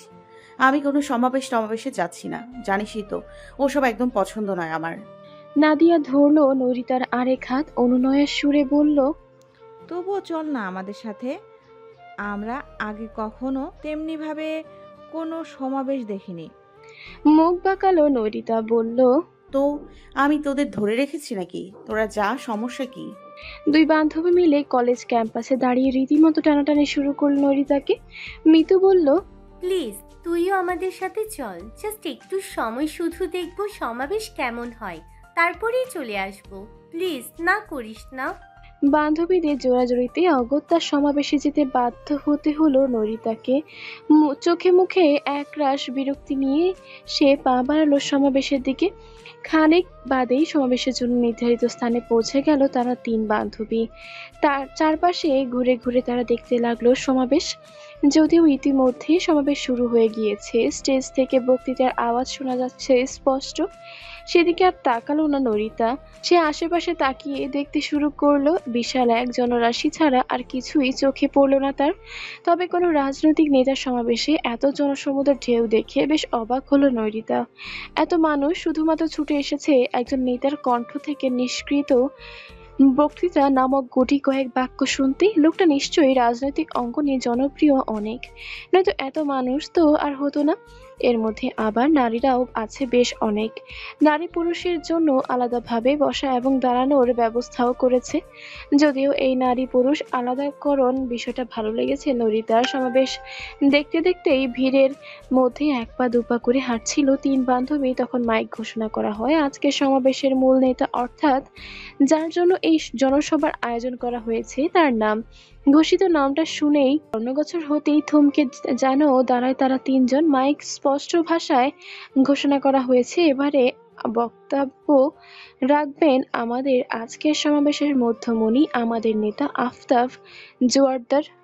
এই নামটি তাদের তিন বান্ধবীকে থমকে দিতে বাধ্য। মিতু ছিল প্রেমপত্রদাতা, নরিতা ছিল ডাক পিয়ন, আর সেই সময় নাদিয়া ছিল মধ্যবর্তী পর্যবেক্ষণকারী।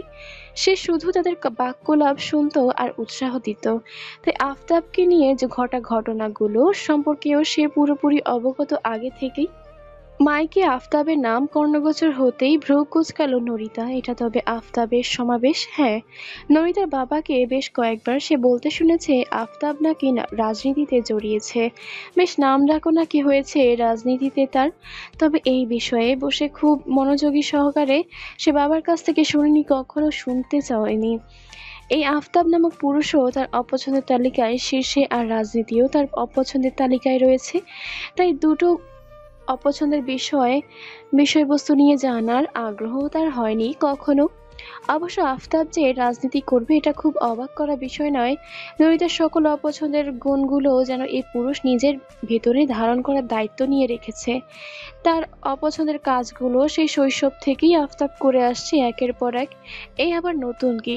নরিতার ভাবনার মধ্যেই তার হাতে টান অনুভব করলো হঠাৎ। নাক মুখ কুঁচকে সম্মুখে দাঁড়িয়ে দেখতে পেল নিতু তার হাত ধরে টেনে নিয়ে ঢুকছে সমাবেশের ভিড় ঠেলে। ভরকে গেল নরিতা ভরকানো কণ্ঠে বলল, আরে আরে, কোথায় নিয়ে যাচ্ছিস আমাকে? এই ভিড়ের মধ্যে ঢুকিয়ে আমাকে চ্যাপ্টা করার ছক কষেছিস নাকি? মিতুর চোখে মুখে যেন চকচক করছে। আফতাবের নাম কর্ণগোচর হওয়ার পর থেকেই কিশোরী বয়সে সে ভালো লাগার ব্যক্তি আজ তার সামনে এতজন সমুদ্রের মধ্যে বক্তব্য রাখবে সুগৌরবে। তাকে যদি একবার না দেখে এই স্থান পরিত্যাগ করে তাহলে কি করে হয়? যদিও এর আগে আফতাব টিভিতে বেশ কয়েকবার দেখেছে মিতু বেশ নামকরা তরুণ রাজনীতিবিদ হওয়ার সুবাদে মাঝে মাঝে বিভিন্ন টিভি চ্যানেলের পর্দায় তাকে তার সুদর্শন মুখটা ভেসে ওঠে। আগের থেকে সুদর্শন হয়েছে বটে পুরুষটা, তবে বাস্তবে একবার দেখার বড্ড শখ ছিল মিতুর। আজ এভাবে তার সামনে থেকে দেখার সুযোগ পেয়েও হাতছাড়া করানো মোটেই ঠিক হবে না বলেই মনে হচ্ছে তার। মিতুর চোখে মুখে খুশি উপচে পড়ছে। গদগদ ভঙ্গিতে সে বলল, আরে এত দূর যখন এসেছি, আমার সেই আদিমকালের ক্রাশকে না দেখেই চলে যাব নাকি? মিতুর কথায় ভ্রু কুঁচকালো নরিতা। এই তোর না বয়ফ্রেন্ড আছে, আবার ক্রাশ ক্রাশ করছিস কেন বাবা? মিতু থমকে দাঁড়ালো, একটু বিরক্তি ভরা কণ্ঠে বলল, আছে তো, বয়ফ্রেন্ডের জায়গায় আর ক্রাশের জায়গায়। এই আমার ল্যাংটা কালের ক্রাশ, মরে গেলেও থেকে আমি ভুলতে পারবো না। আহারে আমার ক্রাশটা, কতদিন দেখা হয় না তোমার সাথে। নরিতার হাত টেনে ভিড়ের মধ্যে ঢুকতে ঢুকতে দেখেই তাদের পিছু পিছু এসেছিল নাদিয়া। হঠাৎ মিতুর মুখে এই কথা শুনে ভ্রু কুঁচকালো সে। কপালে ভাঁজ ফেলে বলল, মিথ্যা কথা বলিস না মিতু। আফরার ভাইয়ের উপর যখন তুই ক্রাশ খেয়েছিলি তখন তোর বয়স 16 বছর, এইচএসসি পরীক্ষার্থী। ওই বয়সে মোটেও তুই ল্যাংটা থাকতি না, তাহলে সে তোর ল্যাংটা কালের ক্রাশ কিভাবে হয়? ফোঁস করে নিঃশ্বাস ছাড়লো মিতু নাদিয়ার পানে তাকিয়ে বলল, এত ভুল ধরিস কেন নাদু? ওই তো একই হলো। মুখ বাঁকালো নাদিয়া, বলল, মোটেও না, এক কিভাবে হলো? 16 বছর বয়সে তুই যখন ল্যাংটা থাকতি না, তখন তুই কেন বলবি যে আফতাব ভাই তোর ল্যাংটা কালের ক্রাশ? তুই বললে এটা বলতে পারতি যে আফতাব ভাই তোর কিশোরী বয়সের ক্রাশ। নাদিয়ার লাগার তর্কে বিরক্ত হলো মিতু। কপালে গোটা 2 ভাঁজ ফেলে বলল, ক্ষমা দে বই, ভুল হয়েছে আমার তখন আবেগ কাজ করছে, বিবেক কাজ করে নাই। এবার আল্লাহর ওয়াস্তে মাফ করে সামনের দিকে চল, আমার ক্রাশটার দেখা লাগবো। মিতুর কথায় না বোধক জবাব দিল নরিতা তার বাঁধন থেকে নিজের হাত ছাড়াতে ছাড়াতে বলল, বাবা, এই ভিড়ের মধ্যে আমি যাব না। মিতু নাছোড়বান্দা, সে শুনল না নরিতার কোনো কথা। ভিড়ের মধ্যে মহিলা এবং মেয়েদের পা মারিয়ে দিয়ে যেতে লাগলো সামনের দিকে। যাই হয়ে যাক না কেন, আজ তার আফতাবকে সামনে থেকে দেখা চাই। এভাবে ঠেলে ধাক্কাধাক্কি করে সামনের দিকে এগিয়ে যাওয়ার জন্য 2-1 নারী কটু কথাও শুনিয়ে দিল তাদের। তবে মিতু আজ গায়ে লাগালো না কারো কথায়। সে নরিতার হাত টেনে এগিয়ে চলেছে সামনের স্টেজের দিকটায়। খানিক সময় নিয়ে বিশাল এক যুদ্ধ জয় করে তারা 3 বান্ধবী এসে দাঁড়ালো প্রায় স্টেজের কাছাকাছি। এই জনসমুদ্র ঠেলতে ঠেলতে তার গরমে যেন নাজেহাল তাদের অবস্থা। মাথার উপরে সূর্যটাও যেন আজ একটু বেশি তেজ নিয়ে জ্বলে যাচ্ছে। আফতাবও ইতোমধ্যে নিজের জন্য বরাদ্দকৃত আসন ছেড়ে স্টেজে মাইকের সামনে এসে দাঁড়িয়েছে বক্তব্য দেওয়ার উদ্দেশ্যে। নিজের বলিষ্ঠ সুঠম পুরুষালী অঙ্গে শুভ্র রঙা এক পাঞ্জাবি জড়িয়েছে আজ সে। এত ভিড় আর মানুষের মাথার উপর সূর্যের দাপটে শ্যামবর্ণা মুখশ্রীতে বিন্দু বিন্দু ঘামেরা ভিড় জমিয়েছে মুক্তা দানার মতো। রৌদ্রের আলোর সংস্পর্শে তা যেন চিকচিক করে উঠছে ক্ষণে ক্ষণে, তবুও সে বেশ বিরক্ত নিয়ে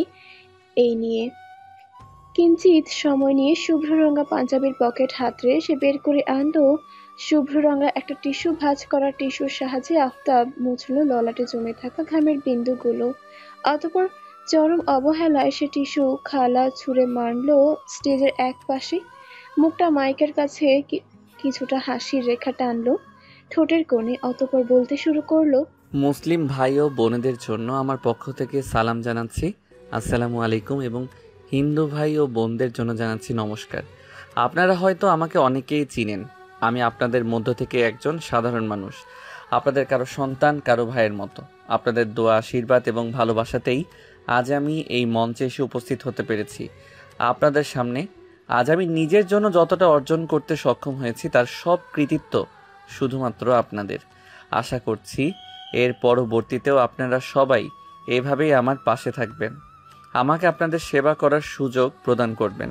আফতাবের কণ্ঠে বলা প্রতিটি ধ্বনি উচ্চ শব্দে প্রকাশিত হচ্ছে সমাবেশের চারিধারে লাগানো গোটা 10 মাইকে। মিতু আর নাদিয়া বেশ উৎফুল্লতার সাথে শুনছে আফতাবের কণ্ঠ নিষ্কৃত প্রতিটি ধ্বনি। তবে নরিতা শুনছে না এই সমাবেশ বা আফতাবের বক্তব্য, কোনোটাই ভালো লাগছে না তারা বরং বেশ বিরক্ত অনুভব করছে সে। আফতাবের এই বক্তব্য তার কাছে শব্দ দূষণ ছাড়া আর কিছুই মনে হচ্ছে না। একে তো এই বিশাল জনসমুদ্রে ঠেলাঠেলির ঢেউ, তার উপরে আজ যা গরম। কেন যে মিতু আর নাদিয়ার জোড়াজোড়িতে এখানে আসতে গেল নরিতা বোধগম্য হচ্ছে না এই মুহূর্তে। ষড়ঋতুর পরিক্রমায় প্রকৃতিকে এখন বর্ষাকাল। গতকাল রাতেও আকাশ কাঁপিয়ে তুমুল ধারার বর্ষণ চলল সারা রাত, অথচ আজ প্রকৃতি শান্ত। এখন সূর্যটাও হেসে খেলে বেড়াচ্ছে বেশ। আজ বৃষ্টি কেন নামছে না? নরিতা এই মুহূর্তে খুব করে চাইছে বৃষ্টি নামুক, তুমুল ঝড় উঠুক প্রকৃতিতে, আর সেই ঝড়ের দাপটে ভঙ্গ হোক আফতাব নামক তার প্রিয় শত্রুর সমাবেশ। না, আফতাবকে সহ্য হচ্ছে নরিতার, আর না সহ্য হচ্ছে তার বক্তব্য। মনের মধ্যে এক রাশ বিরক্তি নিয়ে আকাশ পাতাল ভাবনায় ডুব দিয়েছে নরিতা। ঠিক তখনই অল্প দূর থেকে কেউ একজন ডেকে উঠল নরিতার নাম ধরে। নরিতা স্পষ্ট শুনল সে কণ্ঠস্বর, পরিচিত পুরুষালী কণ্ঠস্বরে চমকে উঠল সে। আশেপাশে তাকালো চকিতে দৃষ্টিতেই। একটু দূরেই ভেসে উঠল এক হাস্যোজ্জ্বল সুদর্শন যুবকের মুখশ্রী। শীতল হলো নরিতার দৃষ্টি। এতক্ষণে তার হৃদয়ে দাপটে বেড়ানো বিরক্তিদের বিদায় জানিয়ে সেখানে জায়গা করে নিল এক রাশ মুগ্ধতা। আসলে এই পুরুষটাই এমন যাকে দেখলে একটুতেই শীতল হয় নরিতার হৃদয় কুঠুরি। হৃদযন্ত্রটা লাফিয়ে ওঠে তীব্র বেগে। কিন্তু এই পুরুষ এখানে কি করছে এই সমাবেশে? শেষ পর্যন্ত তার হৃদয়ে ঠাঁই দেওয়া প্রিয় পুরুষটাও তার অপ্রিয় রাজনীতির সাথে জড়িত, তাও আবার তার শত্রুর জর্দার দলে। নরিতার ভাবনার মাঝে তার দিকে এগিয়ে এলো যুবকটি, হাসি মুখে বলল, আরে নরিতা যে, এই সমাবেশে কি করছো? রাজনীতিতে যোগ দিয়েছো নাকি? হাসলো নরিতা, বলল, আরে না শাওন ভাই, মিতু আর নাদিয়া নাকি সমাবেশ দেখেনি কখনো, তাই ওদের সাথে এলাম একটু। কিন্তু আপনি এখানে কি করছেন? রাজনীতি করেন নাকি আপনি? আরে না না, বন্ধু বান্ধবরা সব এলো তো, তাই আমাকে জোর করে নিয়ে এলো এখানে। এমনিতে আমি রাজনীতি ফাজনীতি পছন্দ করি না একদম। শাওনের কথায় যেন স্বস্তি পেল নরিতা। সেও রাজনীতি পছন্দ করে না, শাওনও রাজনীতি পছন্দ করে না। বাহ, কি মিল! মনে মনে খুশি হলো মেয়েটা, হৃদয়ে যেন আনন্দে দোলা লাগলো। কলেজে যেদিন প্রথম নরিতা পদার্পণ করেছিল সেদিনই সিনিয়রদের কাতারে দাঁড়িয়ে থাকা শাওন নামক ছেলেটা তার মন কেড়ে নিয়েছিল। কিন্তু নিজের গভীর আত্মসম্মানবোধ এবং লজ্জার কারণে কখনো নিজে থেকে একজন পুরুষের সাথে কথা বলতে পারেনি সে। হোক তার প্রতি ভালো লাগা আছে তার, সেদিন থেকে নরিতা শুধু দূর থেকে দেখে যেতে ছেলেটাকে। তারপরে হুট করে একদিন শাওন নামক ছেলেটা নিজে থেকে এসে কথা বলা শুরু করে নরিতার সাথে। সেদিন সে যেমন বিস্মিত হয়েছিল তেমন খুশিও হয়েছিল। আস্তে আস্তে শাওনের সাথে তার কথা বলা, যোগাযোগ বাড়তে থাকে তার। ধীরে ধীরে ছেলেটার প্রতি নরিতা দুর্বল হয়ে পড়ে বেশ। যদিও বিষয়টি সবার অগোচরেই রয়ে গেছে, এখনো তাদের মধ্যে সিনিয়র জুনিয়র সম্পর্ক বহাল রয়েছে। নরিতা মুখ ফুটে কখনো নিজের মনের কথা বলে উঠতে পারেনি শাওনকে। আফতাব হাত বুলিয়ে ঝুলিয়ে বজ্রকণ্ঠে বক্তৃতা দিচ্ছিল স্টেজের মাইকে। বক্তৃতা দিতে দিতে হঠাৎই তার দৃষ্টি পড়ল স্টেজের পাশে এক রমণীর পানে। দৃশ্যমান হয় নরিতার ঘর্মাক্ত মুখশ্রী। প্রথমে অবাক হয় সে, নরিতা এখানে কেন? সে যতদূর জানে মেয়েটার রাজনীতির পছন্দ করে না, তবে আজ তার সমাবেশে কেন এসেছে? তাই অত ভিড়ের মধ্যে পরক্ষণে নরিতাকে একটা ছেলের সাথে হেসে কথা বলতে দেখে চোখ জ্বলে ওঠে তার। বক্ষপিঞ্জরে শুরু হয় চিনচিনে ব্যথার আগমন। অস্থির হয় চিত্ত। কি সুন্দর নরিতা হেসে হেসে কথা বলছে ওই ছেলেটার সাথে। আফতাব ভালোভাবে তাকালো নরিতার সম্মুখের ছেলেটার পানে। সে বেশ ভালোভাবেই চিনে ছেলেটাকে। ভালোভাবে বলতে খুব ভালোভাবেই, একদম ঠিকুজি গোষ্ঠী সহ চেনে। নরিতার মন কোনো এক পুরুষের মজেছে, আর সেই পুরুষের ঠিকুজি গোষ্ঠী আফতাব জানবে না তা কি হয় কখনো? অন্তর বিক্ষিপ্ত হয় আফতাবের, ক্রোধের অগ্নি প্রজ্বলিত হয় মস্তিষ্কে। আবার অগোচরে তীব্র রাগে হাত মুষ্টিবদ্ধ করে নেয় আফতাব। দাঁতে দাঁত চেপে মাইকে বলে, আমাদের শহরের আশেপাশে নর্দমাগুলোতে আবর্জনা জমেছে ভীষণ, যা আমাদের বর্তমান দায়িত্বরত এমপি বা নেতাবর্গদের দৃষ্টিতে ঠিক স্থান পায় না। আমি কথা দিচ্ছি, আপনাদের আমাকে ভোট দিলে আমি নিজ দায়িত্বে এই আবর্জনাগুলোকে টেনে হিঁচড়ে বের করব নর্দমা থেকে, অতপর জ্বালিয়ে দেব আগুনের লেলিহান শিখায়। কথাটুকু শেষ করতেই সমাবেশের চারিদিকে আফতাবের জন্য করতালিতে মুখরিত হলো। আফতাব তীক্ষ্ণ দৃষ্টি নিক্ষেপ করল নরিতা আর শাওনের পানে। তারা এখনো আফতাবের দৃষ্টি দেখেনি। শাওন আর নরিতার পানে দৃষ্টি রেখে আফতাব শেষ করলো সম্পূর্ণ বক্তব্য। অতঃপর বসল স্টেজের পাশে বরাদ্দকৃত তার আসনে। কিন্তু শান্তিতে বসে থাকতে পারছে না সে। ক্রমে অস্থির হয়ে উঠেছে তার হৃদয়। মেজাজ চটে যাচ্ছে ভীষণভাবে, না চাইতেও বারংবার দৃষ্টি চলে যাচ্ছে শাওন এবং নরিতার পানে। নিজেকে দমন করা দায় হয়ে পড়েছে তার। বেশ কিছুক্ষণ চেষ্টা করলো নিজেকে নিয়ন্ত্রণের, অতঃপর স্টেজের ইশারা করে নিজের কাছে ডাকলো স্টেজের এক পাশে দাঁড়ানো সাইফকে। সাইফ এগিয়ে গেল আফতাবের পানে, বলল, কিছু বলবেন ভাই? আফতাব ঘাড় কাত করলো, তাকালো শাওনের পানে, কণ্ঠে ক্রোধ চেপে বলল, সমাবেশের পর শের কলেজের ৪র্থ বর্ষের ছাত্র শাওনকে আমার সাথে দেখা করতে বলবি। নিয়মিত ভালোবাসার গল্প শুনতে এবং পড়তে আমাদের অন্ধবিশ্বাস চ্যানেলটি সাবস্ক্রাইব করে পাশে থাকা বেল আইকনটি ক্লিক করুন। ধন্যবাদ সবাইকে।